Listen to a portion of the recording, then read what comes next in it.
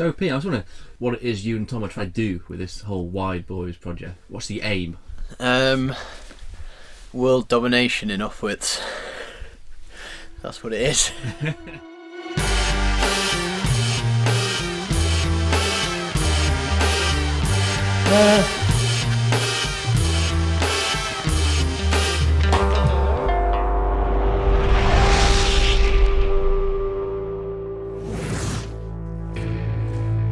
Somewhere between 3 and 7 inches, there's an unholy place for only the strong, the bold, and the masochistic. Welcome to the wild and woolly world of off-width climbing. Off-width climbing is climbing that size crack between too big for your fist and getting your ass in. So it's that other size where nothing fits. There you go, you're really close. So close. You walk up to the hard, wide crack, you know that you're gonna do battle. You think about carrying pieces that are this big on the route with you. There's actually a tremendous amount of technique involved in off-width climbing. Stacked body parts. Hand stacks, fist stacks. Fists and heads, and whatever. It's like ultimate fighting with a rock. Well, there's definitely got to be something a little weird about you to seek that out day after day. I just shit my pants. The off-width climbers I've met are some of the toughest guys around. I fucking hate you. Bar fights, wrecked cars, big hospital bills, you name it. Here in America, we've got a rogues gallery of off-width legends. Nice! Guys like Bob Scarpelli. Off-widthing is definitely a working class endeavor. 62. Bob's protege, Brad Jackson. People think off-width climbers are roughneck, tough guys. And part of that probably is a little bit true. Fuck. I know that my body's not okay right now. And the reigning alpha female, Pamela Pack.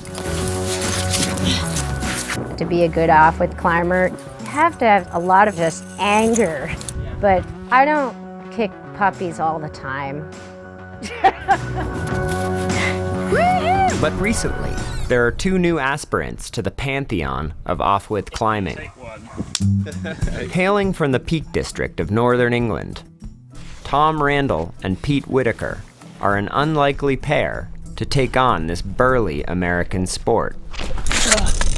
Honestly, it's just not happening. After all, in their home country, there are very few cracks to climb. How do you get into off-width climbing when you live in England? This is a place where you have like 6 off-widths or something, right? I didn't really know anything. I was a complete punter. That feeling that I got from doing my first ever off-width and just screaming my way to the top. I don't know why, I just love it. Tom and Pete quickly exhausted the short supply of off-widths in the UK. Perfect conditions. And began looking across the pond for bigger challenges. We know that America is the place that everyone goes for crack climbing. Well, America's like the home of meaty off-widths, isn't it? And one climb in particular captured their imagination. Seeing these photos of an incredible project out in America, dubbed as Century Crack. I've heard rumors for years about this secret project in the desert. It's this gigantic groove. It's an off-width crack that extends for 100 feet before it turns the lip. The Century Crack, it's like the holy grail of off-widths in the US. But making a first ascent of the hardest off-width in the world was a tall order. Oh God. Luckily, Tom and Pete had a plan. Come on in. We just sat down with a big piece of paper and started drawing all these mad diagrams for how we could transfer my cellar into this dungeon of doom. This one goes out to all the wide crack climbers who know sport climbing is neither. Think about reaching up high to slot the first jam, beating the crack the foot above your hands. Then you shuffle your legs. You sit up in the room. So much back breaking work for just an inch to move. We built this simulation of century crack. Just going backwards and forwards on that thing like you've never seen before. 7. You get really bad pains everywhere. Stop resting, get on it, you lump of shit. But then after like a year, it all just numbs away. Last one, come on! America's the mecca. I'd really like to go over there and show that us Brits aren't crap at wide crack climbing. Welcome to Off With. It's really hard to know whether we are there. I think we are. After 2 years of grueling cellar sessions, Tom and Pete dubbed themselves the Wide Boys and declared war on American offwits. Their mission is to come over here with a list and tick off the hardest wide cracks in the country. And to top the whole thing off, they want to do the first free ascent of the century crack. So these British guys, I mean, they've trained really hard. I feel like they are trying to one-up the American offwidth climbers. It would be like the Jamaican bobsled team coming to the Olympics saying they're going to win. Which is never gonna happen. You watch out. I'm gonna be watching out, America, for Pete because he's coming for you. Coming for your offwits. Yes.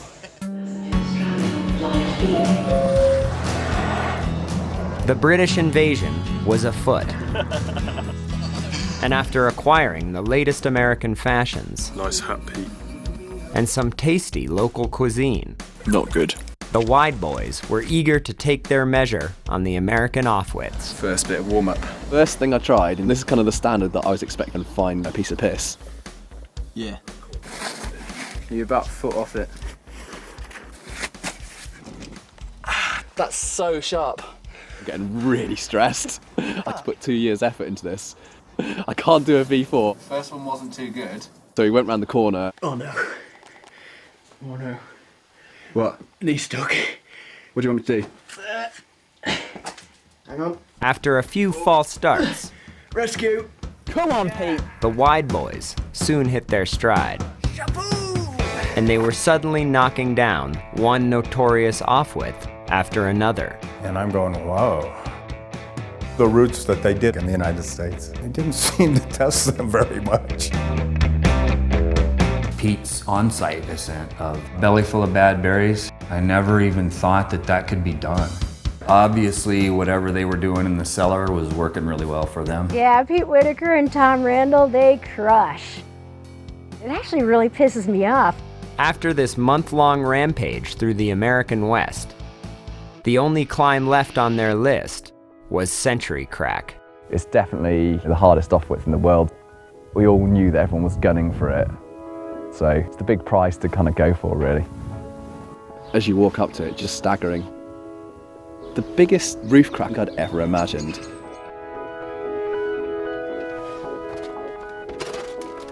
So intimidating to be on that route. My heartbeat was going so fast. Nice. I just knew that I had to start to get back that feeling that I did when I trained in the cellar.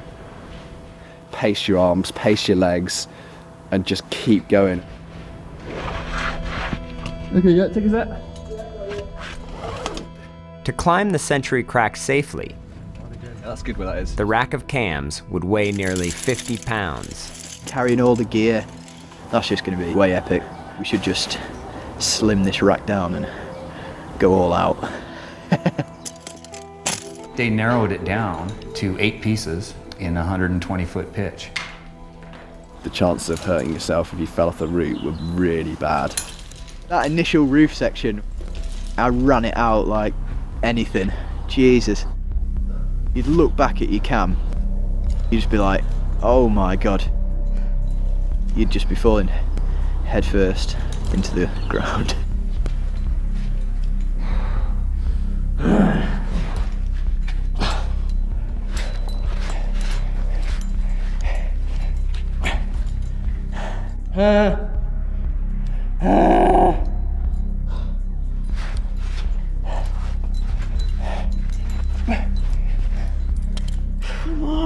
You'll hear people call boxing the sweet science.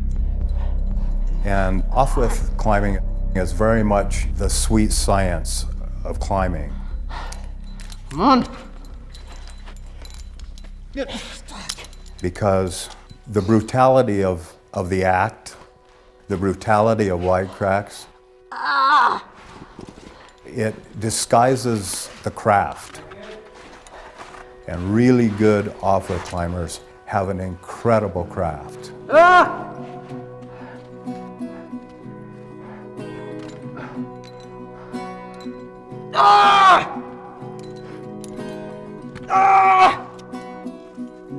In the last section of the route, I was just absolutely puffing out my ass.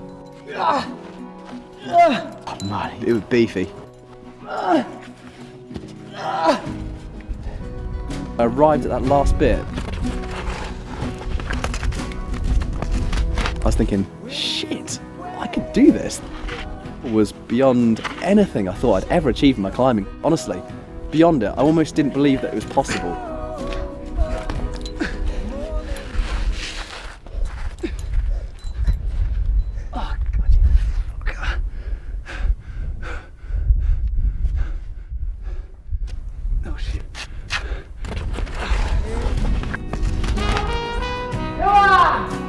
And that was it.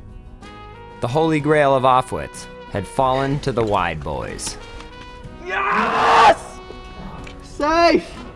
It was the best climbing experience maybe I'll ever have. I don't know. I'm only 21, so I don't know. I don't know, it just feels like it wasn't really me. I've never done anything like that. Never. They just had this crazy dream, dude. They really did. The Century Crack. On my best day on the planet, I would not have had a chance. My old man used to tell me, be careful.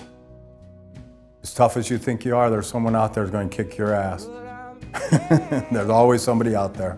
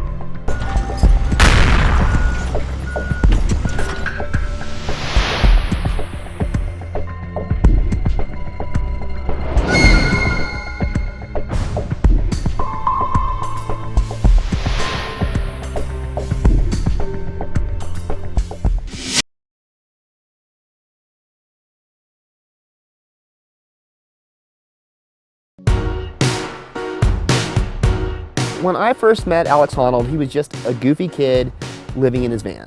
Do you have girls in here a lot? Do I look like I have girls in here a lot? He was obsessed with climbing, like 1,000 other dudes. But he liked to do it without a rope. Then he soloed Moonlight Buttress. And the climbing world was like, whoa, what? Who's this guy? Next was Half Dome. Yosemite's iconic 2,000-foot wall. Pretty much the most mind-blowing thing that's happened in climbing. Certain death if you make any mistake. Everybody loves it, everybody loves it. Man, it took some freaking balls. After Half Dome, Alex blew up. It's the story of Alex Honnold. He's a 26-year-old rock climber from Sacramento, California. We first heard about him in a movie called Alone on the Wall, a harrowing account of one of his most extraordinary feats. Dude, really? The 60 Minutes thing was crazy. We watched him on a video monitor from half a mile away. Ever since, a lot of things have definitely changed.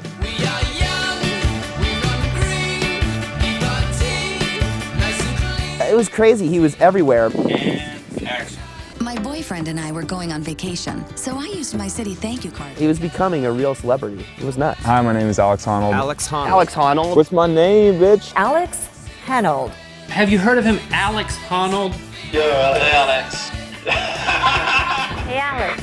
Yes? How's the view up there? How's the film shoot going? Dude, it's amazing. This is my life. Thanks for coming and checking it out with me. Everyone wanted a piece of the new Honnold. He's 160 pounds of muscle. He has big hands. Yeah, I have pretty big fingers, so it's hard to get it into a thin crack. Show me. Were they like this before you started climbing? I think my connective tissue and stuff has like gotten, like they're just all just gotten beefier, you know. The story will continue in a moment. Sponsored by Viagra. What Alex does is such an intensely personal thing. How do you deal with that when it becomes a public spectacle? How does he keep it real? There's a pressure that comes with all the fame. I think it gets to him. You have to keep on doing the next great thing. Always upping the ante. What are you gonna do next? If you're risking your life, You better be doing it for the right reasons. Everybody and their dog wants to know what's Alex gonna do next. And I think only he knows.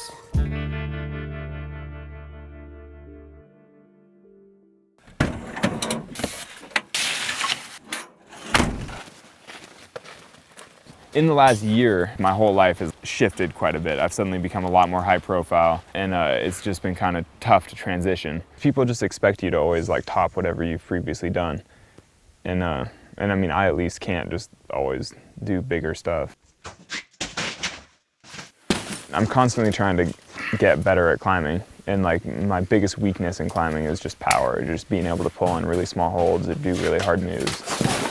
So I'm out here in Bishop, just trying to boulder for the winter, just trying to work on power, just to like provide a foundation for my year. Practically everybody nowadays boulders harder than I do, which is sad for me a little bit, but you know, I try my best.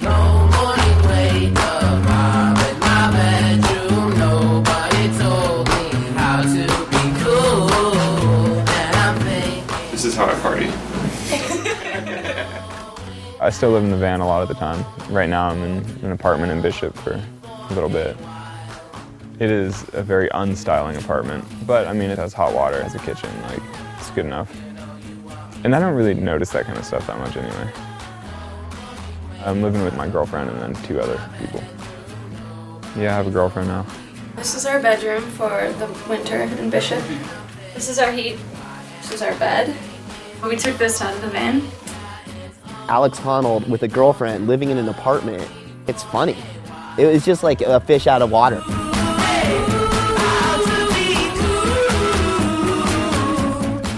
It's sort of weird times in a lot of ways for him. So much attention all the time, and Alex is a pretty private guy in a lot of ways. Like, I don't think he's really built for that sort of limelight. He wasn't really equipped for all that attention. Like, he's sort of been forced to deal with it. He was burnt. But I don't think it's really in his nature. Sometimes he takes a step back from these groundbreaking ascents, thankfully, to recollect himself and make sure that it doesn't get to him. Alex went to Bishop and started bouldering. He's kind of hiding out, but he's also just kind of plotting, what's the next big challenge for me? You can't get motivated to do totally rad stuff unless you really want to do it for itself. You have to actually, you know, you have to be like totally committed to it. You can't have something in the back of your mind that's like, oh, I don't really want to be here. You have to like want to be there. I think the pressure that he feels is between his true motivation and what he thinks other people would want to see from him. At a certain point, maybe he does sort of question his motives for doing it. You can't even be thinking about your motivations. You know, it can't be like, oh, that's something I'd like to do and it'd be pretty cool and, you know, people would think it's neat. The desire to do stuff like that has to be like a primal urge, you know, like this is something I can do and I want to do it and I will do it. And I just haven't had anything recently that I'm like so excited about like that. And so I'm out here bouldering, trying to improve. He professes not to be a boulderer, actually. He says that he's no good at bouldering, but he's pretty good at a certain kind of bouldering.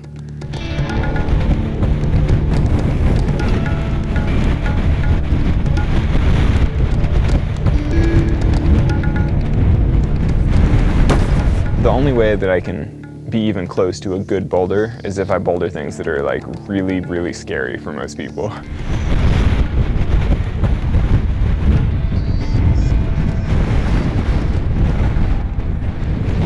When it comes right down to it, he has this gift. He doesn't get scared.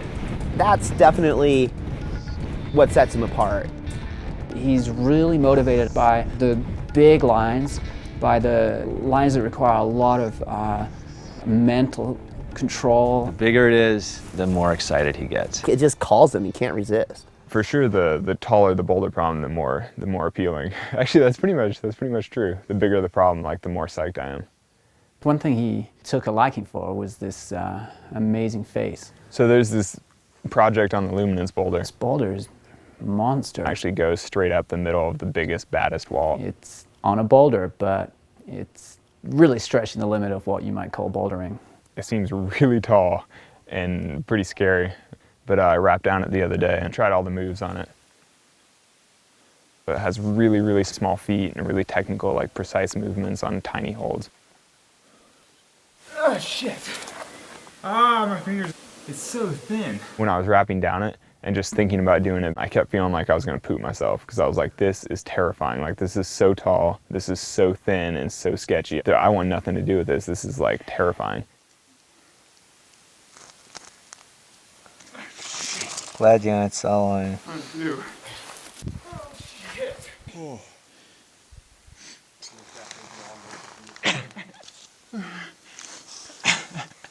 It goes. Sort of. Okay, take please. But then once I figured it out, I was like, oh, this is amazing. My conclusion is that it definitely goes. It's pretty hard, and that I need a lot of pads. Like a lot, and a couple big men to catch me. Let's see, the phone call said something about I need every pad in Bishop. 25 people came out to support and also to spectate. People were psyched. We're seeing some of the last big lines get done. It's like making history. When everyone was gathered around the base and we're piling up the pads and we're looking at it and Alex is playing around and jumping off, it's just this great, like, fun vibe. Getting my boxer all warmed up. You know, Alex's reputation preceded him, so everyone's totally confident. But when he stepped off the ground, it was quiet. Okay, here we go. You going for it? Yeah. It was really, really quiet. It was almost eerily quiet.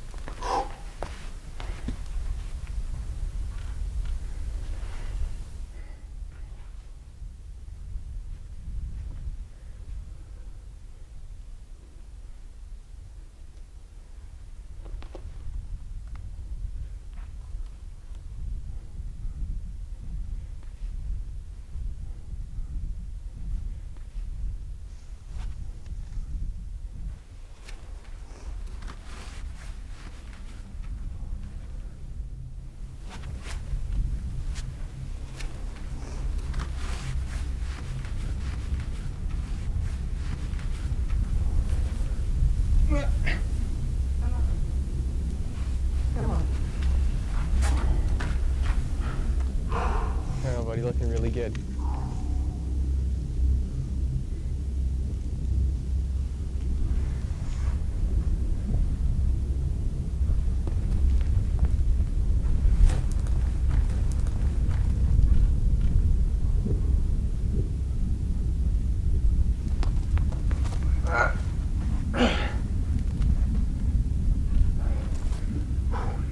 Good, Alex. Yeah, buddy.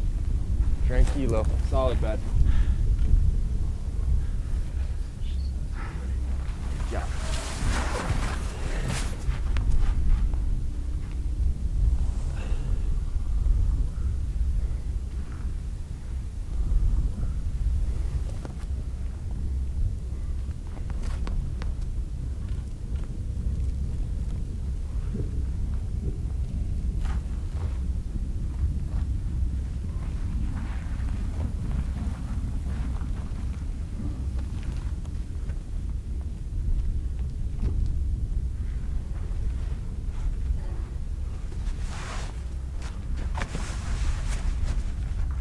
Right on, Alex.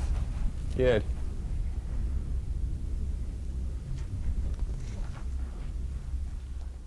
Yeah. Nice job, dude. Yeah, Alex. Yeah. God, I think I might have been more nervous than him. Thanks for the full support. I'm like, I'm touched. That's very exciting. That's pretty cool. Jeez, feels like it's cocktail hour. Oh, seriously. Alex and I have climbed a lot together, but I still don't really feel like I know what he's up to. I think in the back of his head, he's got some big objectives and I don't really know what those are, but we can be rest assured that they're gigantic. Tall trees, they are easily pulled. Palm trees, I am easily bored. Full lights on a green screen, light up like a machine. Yeah, beep, read, hum, compute. Hello. How you guys doing tonight? Good. Would you like a map in the newspaper? No, thank you. Okay. You want me to give you a good smile for that camera? Yeah. Thanks. Yosemite is kind of like my center, a place where I can always come back to and always have bigger projects and always have bigger things to do. Yosemite is Alex's stomping ground. He drives into the valley and he owns it. It must be amazing to be Alex Honnold going into Yosemite and just looking up at all of these walls and knowing you could do anything in any style in an afternoon. I feel confident in Yosemite. If I feel like climbing El Cap today, I can climb El Cap. If I feel like climbing something else, I can climb that. You know, I can just go around and do whatever I want. It's like awesome.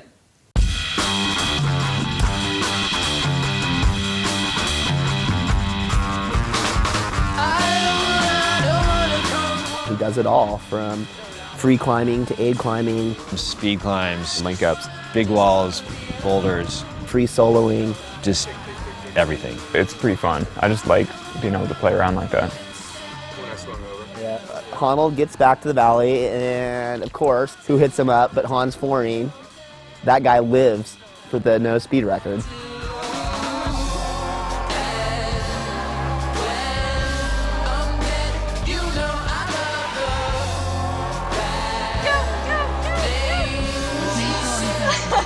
They smashed the nose record by over 13 minutes, which is, by the way, mind-blowing. And Alex just shrugs it off. It's so annoying.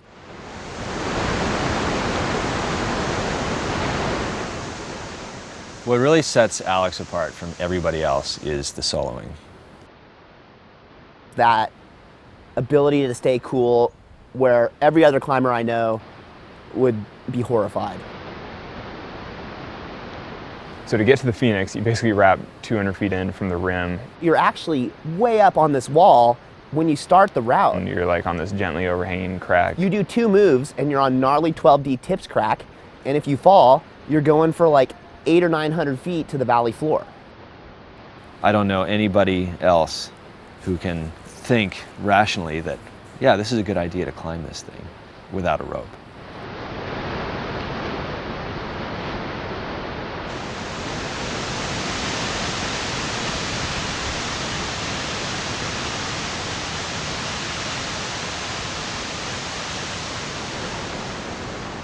Watching Honnold solo is terrifying.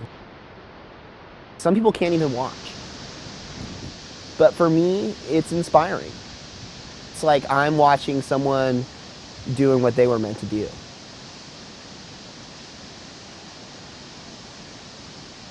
The Phoenix it's a badass solo, man. I mean, it was the first 513 ever soloed in the valley. My soloing has kind of been an outgrowth of the things that the Stone Masters were soloing in the 70s and then Peter Croft was soloing in the 80s, just a little bit harder and a little bit bigger.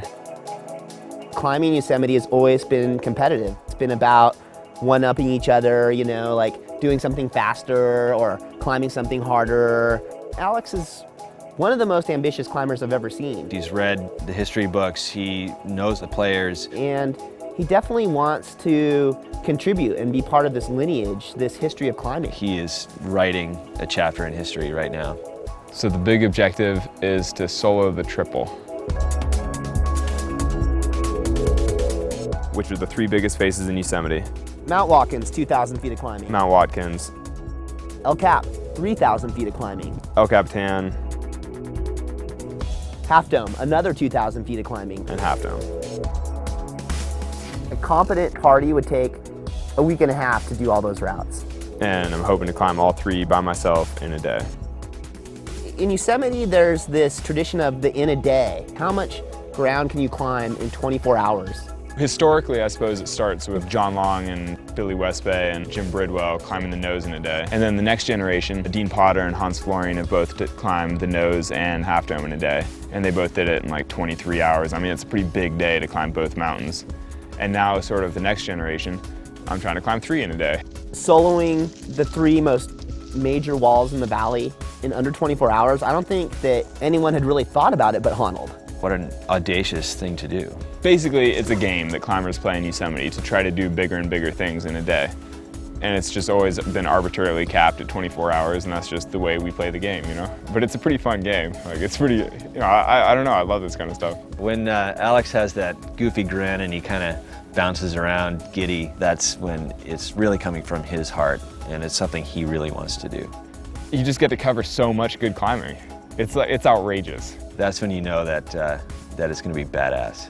If he pulls this off, it's the most monumental feat of soloing in the history of Yosemite. So I'm going to start climbing Watkins as soon as it goes into the shade, which is about 4 p.m. I go up with just my harness, 2 daisy chains, 6 or 7 cams, maybe like a sling, and like that's it.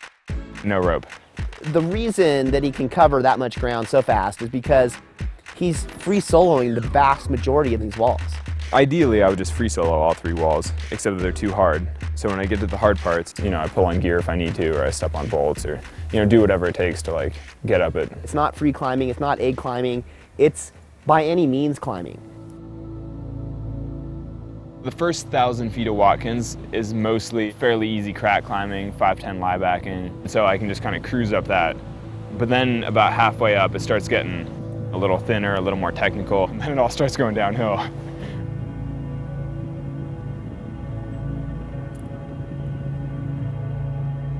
I climb up into this thin little arch, and that's when I start going into the full improvised style.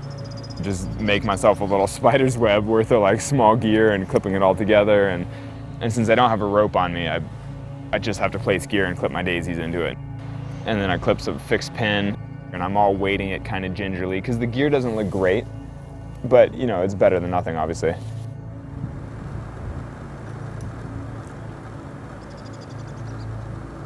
And then eventually you get into bolts. And then the bolts, you know, I mean, you feel safe and you're happy again, except that the bolts are too far apart just to clip one to the other. So I had to like reset so I could reach my daisy, unclip it. And then I'm like, okay, all of a sudden I'm free soloing again. And you're free soloing looking at how big a fall there? Like 1,200 feet off the ground or something.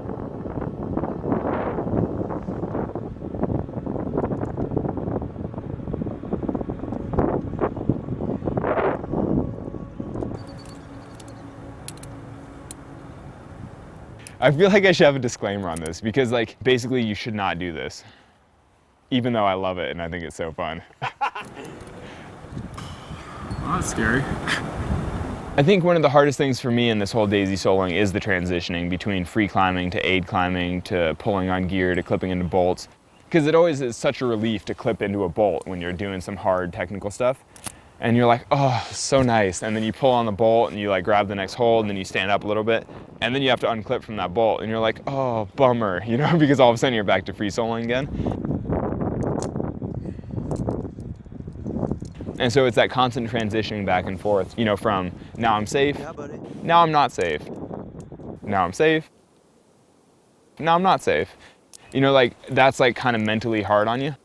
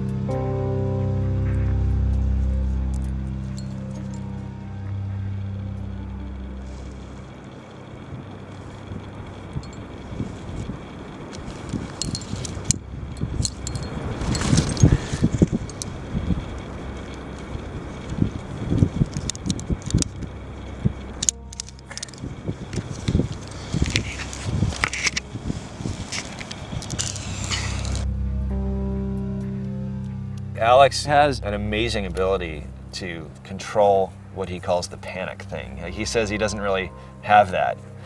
He can just calm himself down in the most dangerous situations.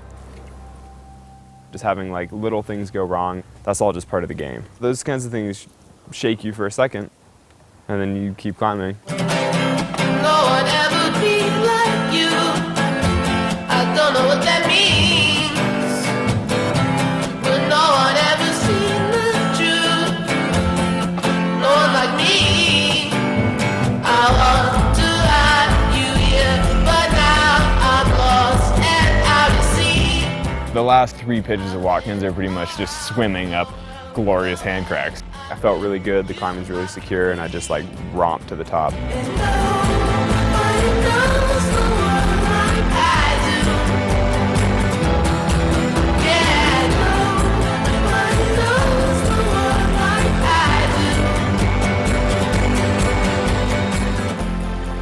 I'm never trying to move as fast as possible. I'm trying to move efficiently and consistently. I'll probably climb it pretty quick, but it'll be by virtue of the fact that I never stop.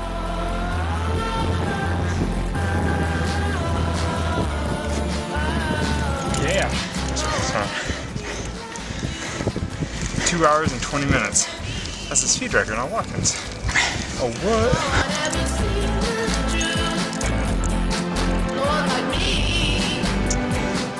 Next up is the nose. Hike an hour up to the road, and then drive an hour down to Elk Meadow, and then climb the nose through the night. I feel pretty good. There's a certain momentum, like when you do it fast, you know, and you do the next one fast. It is 7:45.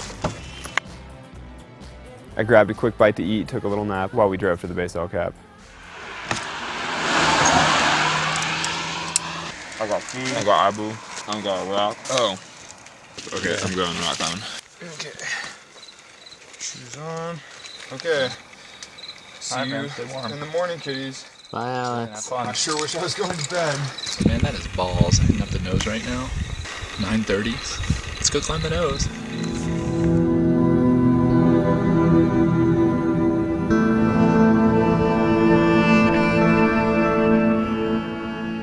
Climbing through the night, your body like wants to fall asleep, and you're just tired, and you're so lonely, and it's dark, and it's kind of sad climbing through the night. You're just living inside this little bubble of your headlamp. You can only see like 6 or 8 feet around you.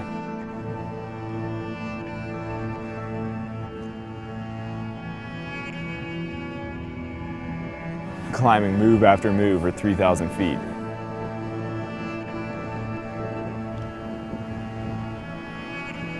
I bring a really thin light rope for the nose. There's several sections where you do big swings across blank section of rock.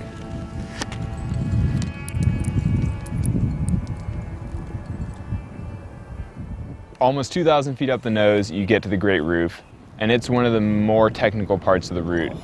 It's just like really thin traversing underneath the roof. And there's normally a lot of fixed gear, but the fixed nuts are all hanging half out and they're being pulled straight down, and it looks like it's all just gonna fall out. And it's also always running water, and there's like slime coming out of it. I mean, it's a pretty intimidating position. As I was finishing the Great Roof, a base jumper flew by behind us. Yeah. I just about peed myself. So when you get to the end of the Great Roof, you gain this really cool flake system that's called the pancake flake. You basically make that transition from daisy soling, rope soling, age shenanigans to just putting it all away and then being like, and now I'm free climbing again. The last time I soled the nose was during the day. I didn't mind the bodies in the road, I was coming for you. It was this amazing feeling to just put my rope away and just start free soling 2,000 feet off the ground. I didn't know the forest was on fire, I was coming for you. The exposure on the pancake flake is unreal. It's the most heroic position you could ever be in. I follow your footsteps here. And so doing it through the night's like even more hardcore.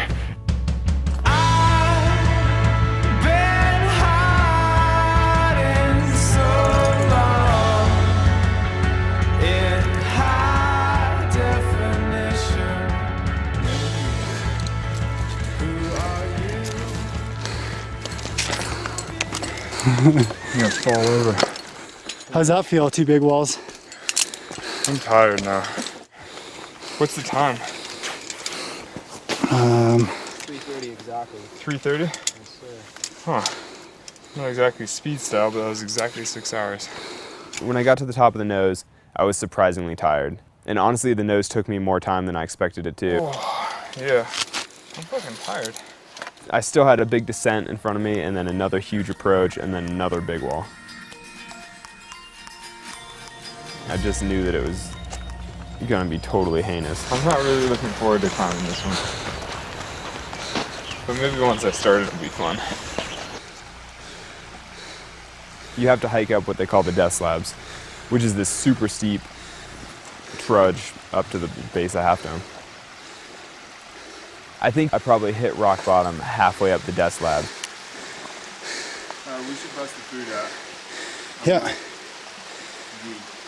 Probably barely functional.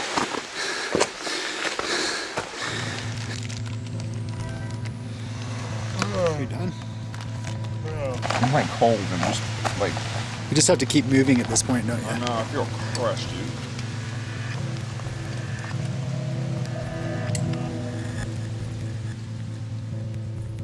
The idea of having climbed 5,000 feet of climbing and then looking up at Half Dome with 2,000 more feet to go I actually feel a little sick to my stomach just saying that. Soloing is dangerous enough, but starting up a 2,000-foot wall when you're already exhausted, that's really pushing it. I'm concerned. I definitely worry about him. I've asked him like bluntly about the dangers of it all, and he just doesn't see it the same way that everybody else sees it, as an odds game. I can understand that the more I solo, I guess the more chance I'm taking in some ways. But I consider it to be like a very, very small chance. He's more like, I can do it, I've done it, so I just execute. That's that. I'm sure if I fell, there'd be all kinds of different, you know, some people would be like, oh, he died doing what he loved, and some people would be like, what a douchebag, like he got what he got what was coming.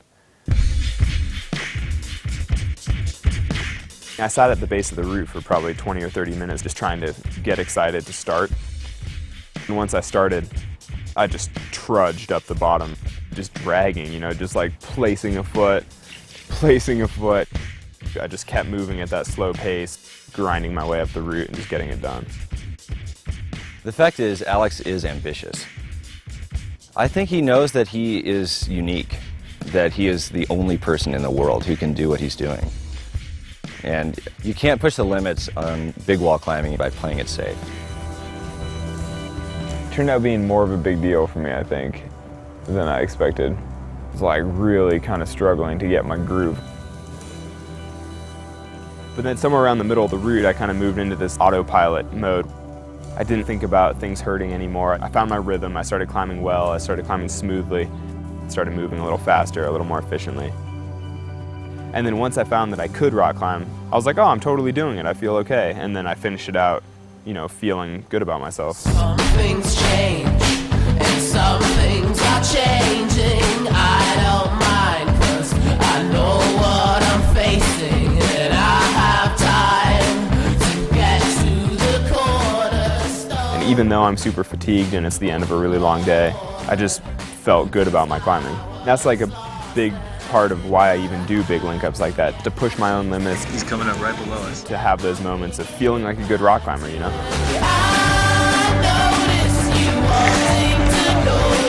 You have got to be. That's so sick. Oh my God. That's so sick. There you go.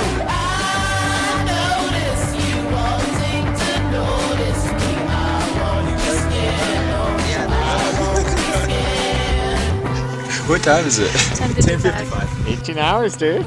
That was kind of a big deal. Yeah. For someone who loves the history of climbing, I'm inspired to see Honnold doing what he's doing. And I think he's doing it for the right reasons, and I think he's doing it better than anyone else has ever. Alex, my son, take a photo with you? Oh yeah, of course. Do you want to shake your hand? I saw you on TV. Can I have the Congratulations. These days I think I'm just dealing with all the attention a little bit better. I think of all the people who inspired me as a kid, and I sort of realize that they're all just normal people too. I just do my normal life, and if people choose to be inspired by the things I'm doing, then, you know, then I'm glad that they're getting something out of it. 1, 2, 3.